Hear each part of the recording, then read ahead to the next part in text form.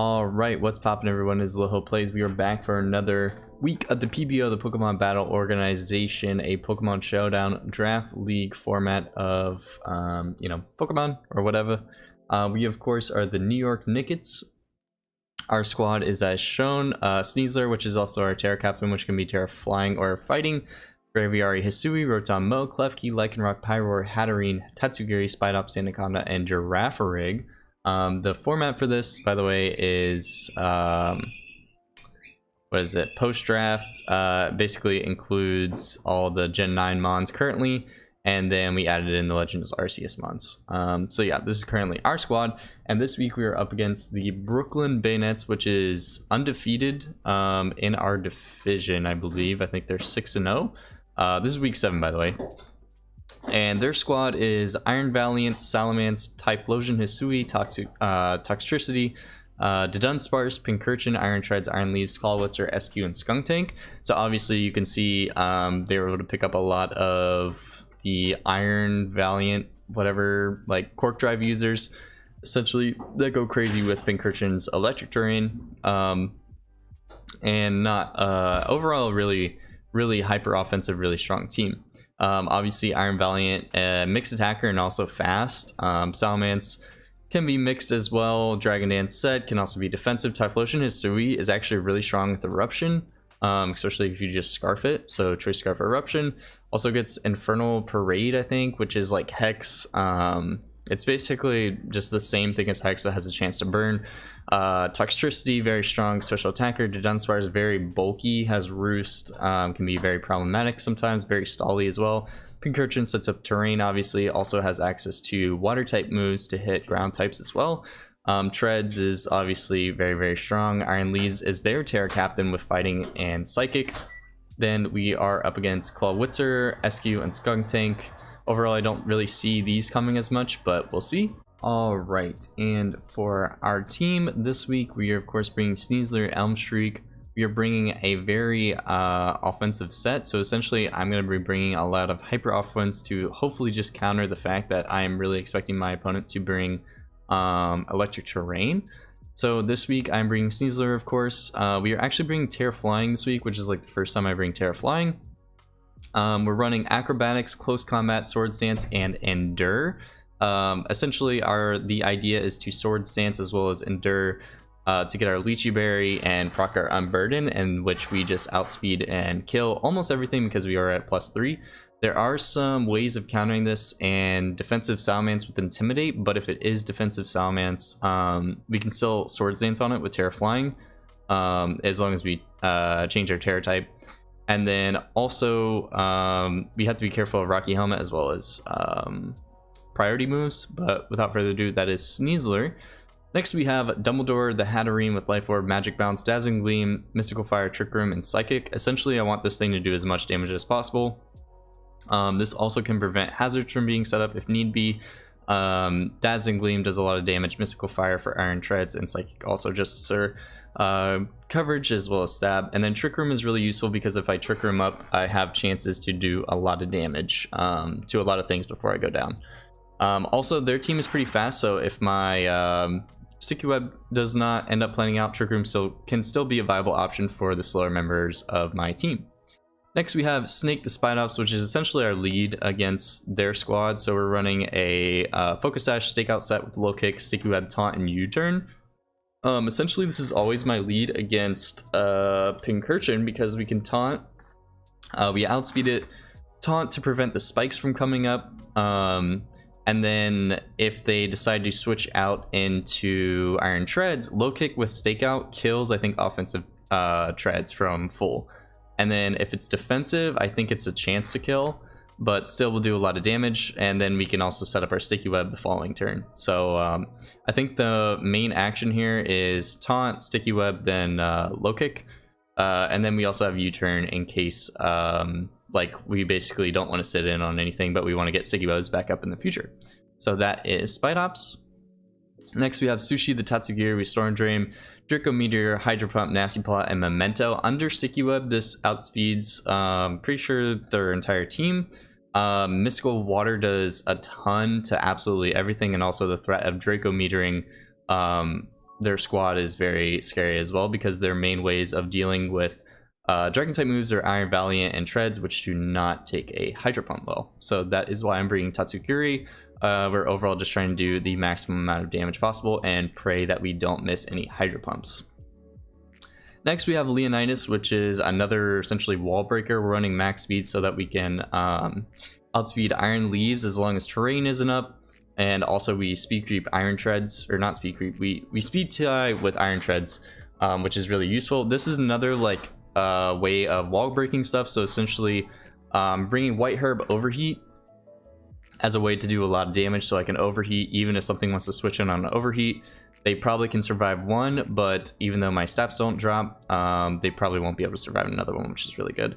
Then Flamethrower Hyper Voice for just other stab if I don't want to go for overheat, and then Dark Pulse is for the Vesuvian Typhlosion. Next we have Rotom Mo with the choice specs Levitate, Leaf Storm, Volt Switch, Thunderbolt, and Dark Pulse. This is like a backup switch for Iron Treads because I don't have a lot of ground ways of preventing ground type moves. So I do need to check for Treads. Also, I think if it's offensive Treads, Leaf Storm one-shots. If it's not offensive Treads, I think it's also close to one-shotting. I'll have to check that cop for y'all, but Volt Switch just to get some switch initiative if I need to. Obviously, these moves will suck if Treads is still around, but Volt Switch, Thunderbolt, Dark Pulse, and Leaf Storm are the techs for Rotom Mo. And of course, under Sticky Webs as well, Rotom Mo will be able to outspeed most stuff. But our main priority, our main goal is to weaken things so we can set up for the Sneasler sweep. And I think that's pretty much it. So, sorry, very quick team builder, but without further ado, let's jump in the battle.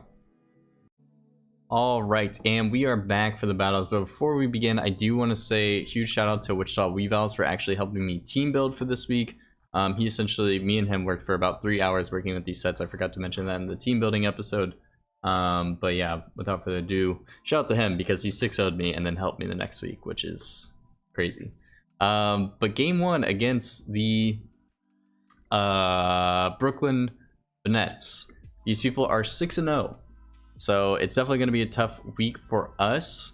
Is the music too loud? No, we're good. Okay. We are up against Iron Treads, Salamence, Typhlosion, Hisui, Claw, Witzer, Iron Valiant, and the Dunsparce. So I was actually really preparing for electric terrain on their side of the team, but they actually decided not to bring it. So still can be difficult potentially for my Sneasler. If Salamence is defensive, we are gonna still have to work around that. Also, we're gonna have to look out for Rocky Helmet and Priority. I think Priority out of all these is just Valiant with Sneak. So that's what we're looking for. Also, Webs is really good here because Iron Treads is the only spinner, and of course I think it should be a little bit easier to get Webs up because then we have a lot of Pokemon that essentially don't allow Treads to come back in. So for me, I'm of course going to lead off with SPIDOPS, and then Witzer comes out. So immediately I'm just like, okay, well, this is a good opportunity to bring in my Sticky Web. So we do live a Water Pulse. This is also good because it doesn't even reveal that I have Focus Sash, but I do have Focus Sash. Goes through another Water Pulse, just kills me. That's fine at this point. I've got the SPIDOPS' main goal was to set up Sticky Web because it's really useful. Allows my Tatsugiri to still outspeed Valiant as well as Treads in case that's the worst scenario. So here I come in on Tatsugiri. I was still thinking that this thing might be Scarfed. Based off the damage on SPIDOPS, it was looking like it might have been Specs. So that's what the idea I was running with, meaning that this has to switch out. So I go for a Nasty Plot. This is actually really good for me because after a Nasty Plot, I should do a lot of damage to the Dunsparce. So I go for a Hydro Pump, and unfortunately I miss, which is really bad. Obviously, Hydro Pump, good thing is you run it, it does a lot of damage. I think Surf, I honestly still think that Pump is a better move than Surf for this specific matchup because I do want the highest damage output to make sure that I'm killing Treads, even if it is like AV or something. But we are Mystic Water Hydro Pump, meaning that Hydro Pump does more damage instead of Draco, so I did want to go for Pump here.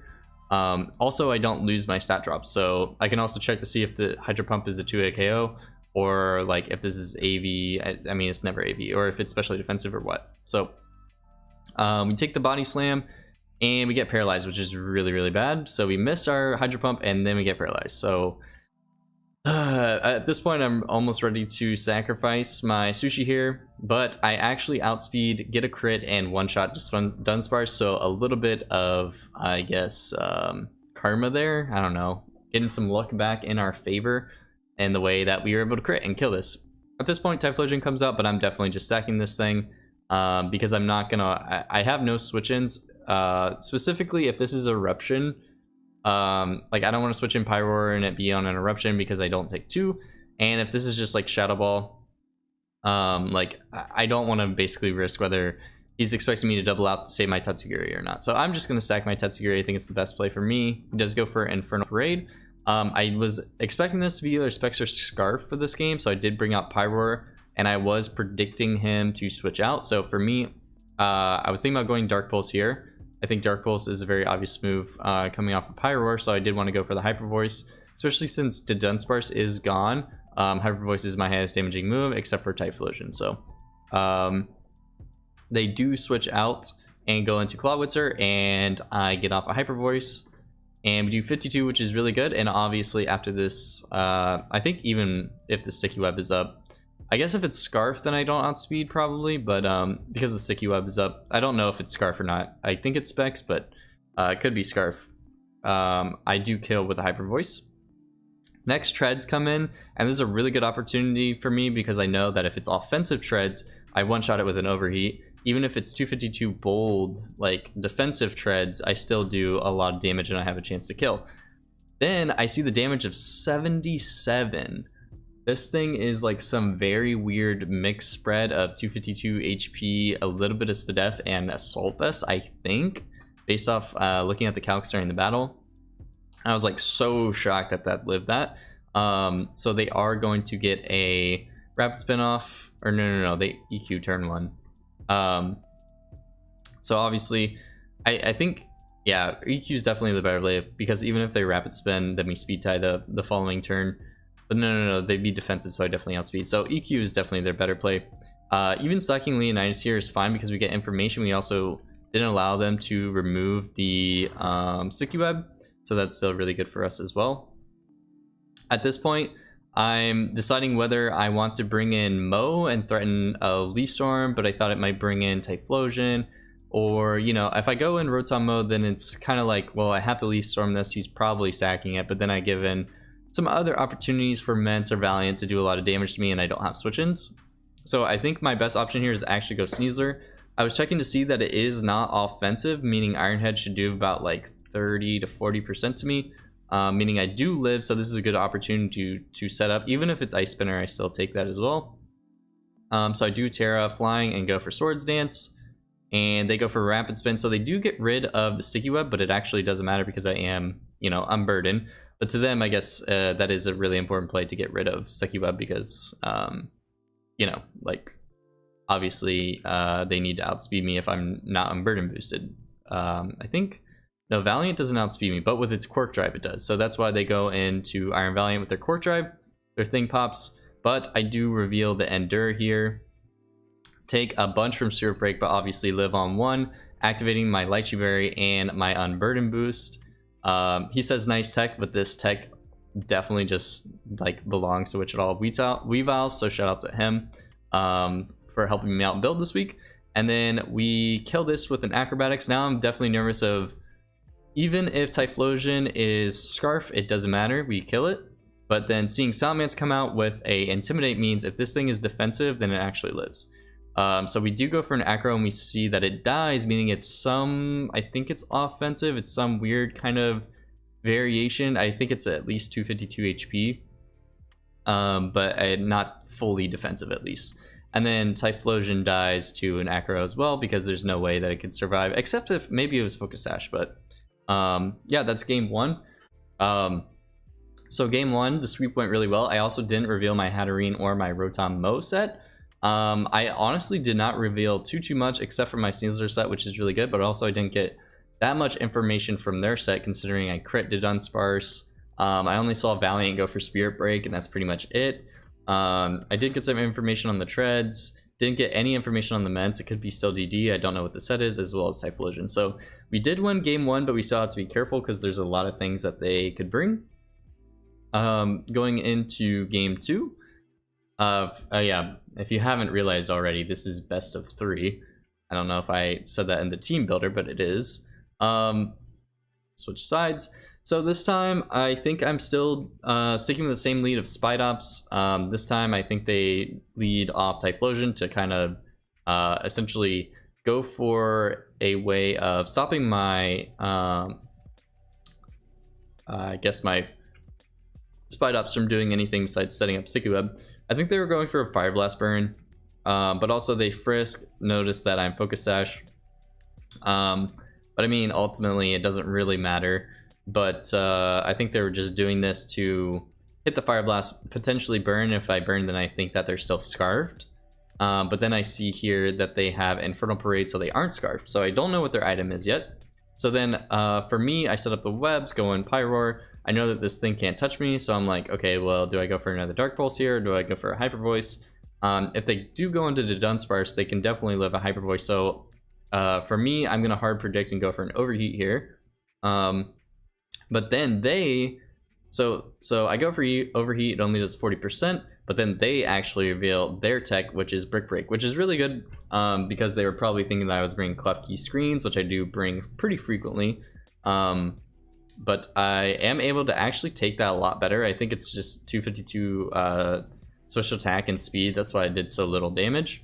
But after that, I'm like, okay, this turn I'm definitely going for Dark Pulse, and this should kill. But it actually lives on 1, which means that's probably 252 HP, 252 special attack, but I'm not entirely sure.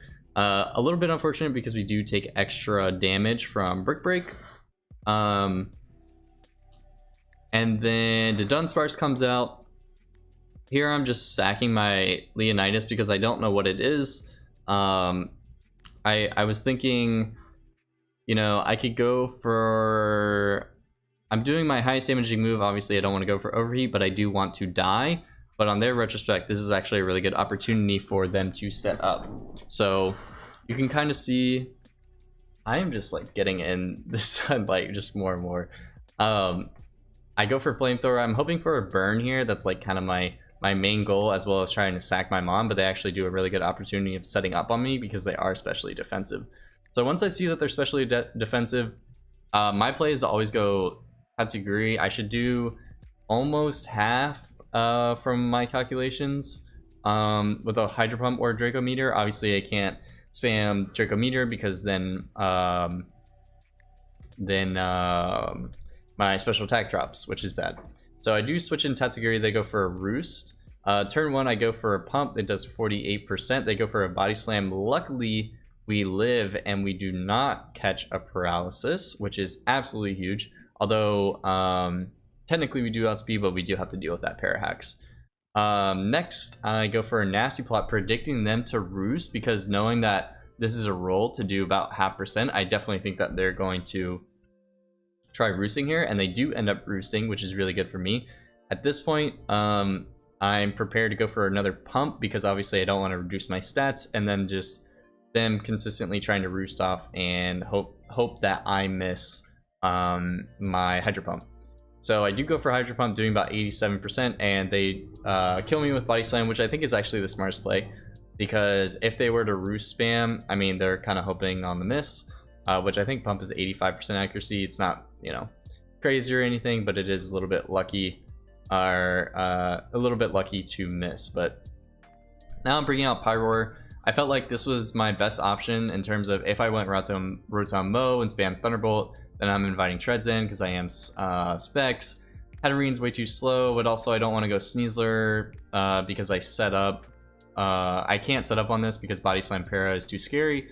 But also if I close combat this, then I reduce my Spidef and defense, where something might be able to kill me with the priority move. So that's why I'm trying to prevent. So I do go Pyroar and I go for a Hyper Voice. Hyper Voice is just better even if it goes Treads. I can Flamethrower the following turn. I was just hoping that Ments didn't come in, essentially, so that was my play. Iron Treads comes out. Here I'm just going for a flamethrower. I'm really predicting them to spin. I do get lucky and get a burn here, but from this damage, I'm thinking like even if that was 18%, maybe I still live there. I guess it is a little bit lucky,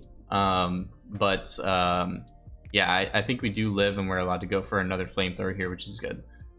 So essentially we do get rid of Pyroar. Here Iron Valiant comes out. I still don't know if it's Specs or Scarf or Ban. I honestly have no idea. So I am just going to sack my Pyroar here. Wait, I'm actually stupid. It's not Specs, Ban, whatever bullshit. It's this booster energy. So Spirit Break, I just let this kill me. Obviously I want better switching to come out, so I do go Hatterene, meaning he definitely knows that I live at least one and I definitely kill him. So my best play here is to actually Trick Room, because if he goes Mence or Clawitzer, then I am slower than them. If I go for Psychic, there's a chance that they can then kill me afterwards, so I felt like this was the best play, because if I Psychic into Clawitzer, I think the following turn I still die. And Trick Room is actually really nice because I think based off of game one, I was assuming that the Salamence is pretty fast, meaning my Rotom mode does not outspeed it. So Trick Room is also really good in that regard. So I do go for Trick Room while they switch out. So they bring in Clawitzer. My highest damaging move here, I think, is Psychic, so I do end up going for that. And then here they go for Water Pulse, which we actually live. Pretty sure this is definitely Specs damage based off that amount of damage they did. Here I'm just spamming Dazzling Gleam because obviously it kills this, kills Valiant, and it definitely kills Mence. So Valiant comes in, hit the Dazzling Gleam, take a little bit of chip, and then Clawitzer comes out, and they're essentially sacking this too, meaning that there's one room of Trick Room left. So we do need to be careful of Salamence. I know that if it's fast, my Rotom Mo should be able to outspeed it in Trick Room. So I think my best play, or my personal thoughts, is my best play was to go Rotom and spam Thunderbolt, because I knew I do about 75%. So I'm thinking if I spam Thunderbolt here, they're taking about, I think, 70%. And then I don't outspeed the following turn, but maybe I can just start chipping it away with Dragon Dance or Thunderbolt if it starts Dragon Dancing. So this was definitely a mistake on my point, because I didn't realize that once the Trick Room is over, they outspeed me, meaning they can roost off the damage because they're Dragon type and Dragon resist Thunder or Thunderbolt, which is actually a really good play on their part. So they do Dragon Dance. Trick Room is gone, meaning they now outspeed me with Roost. So they are going to continue to Roost spam. I'm going to spam Thunderbolt. I thought at this point, I was like, okay, well, I'm doing 40% even after roosting. So it isn't that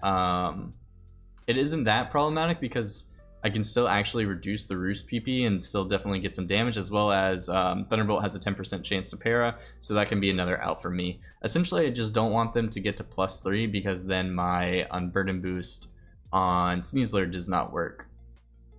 So I'm just spamming Thunderbolt here, and then finally they do end up going for the dual Wing Beat. I mean, they were at like max health there, I think. I mean, they do gain... No, they don't gain any more health from this. So I think they could have either Dragon Danced up, or maybe their best play was Dragon Dancing to try to continue to roost stall. But it looks like it takes 3 roosts to stay alive. Huh, I didn't really think about that. They're at 63, they take an... Oh, they definitely don't take another Thunderbolt after they Dragon Dance. That makes sense, because obviously when they attack here, they die. So I think that was their best play. So yeah, we did end up winning this match. God damn, the sun is so bad. From this matchup, we did end up winning, which means that I think we're guaranteed 3rd for playoffs. So we are going to playoffs, and I think our playoff opponent is Brooklyn Banettes again, so definitely will be another hard matchup. Also, shoutouts to Wichita Weavile for helping me prep this team again. I'll put his description, his YouTube channel in the description below. And then we have one more week 8 before we do playoffs, and then yeah, that's pretty much it. So without further ado, make sure that you like, comment, subscribe, stay tuned for more content. Oh wait, I totally forgot to say GG's to my opponent. Definitely some very well fought games. So without further ado, I'll see you all in the next one. Like, comment, subscribe, bye.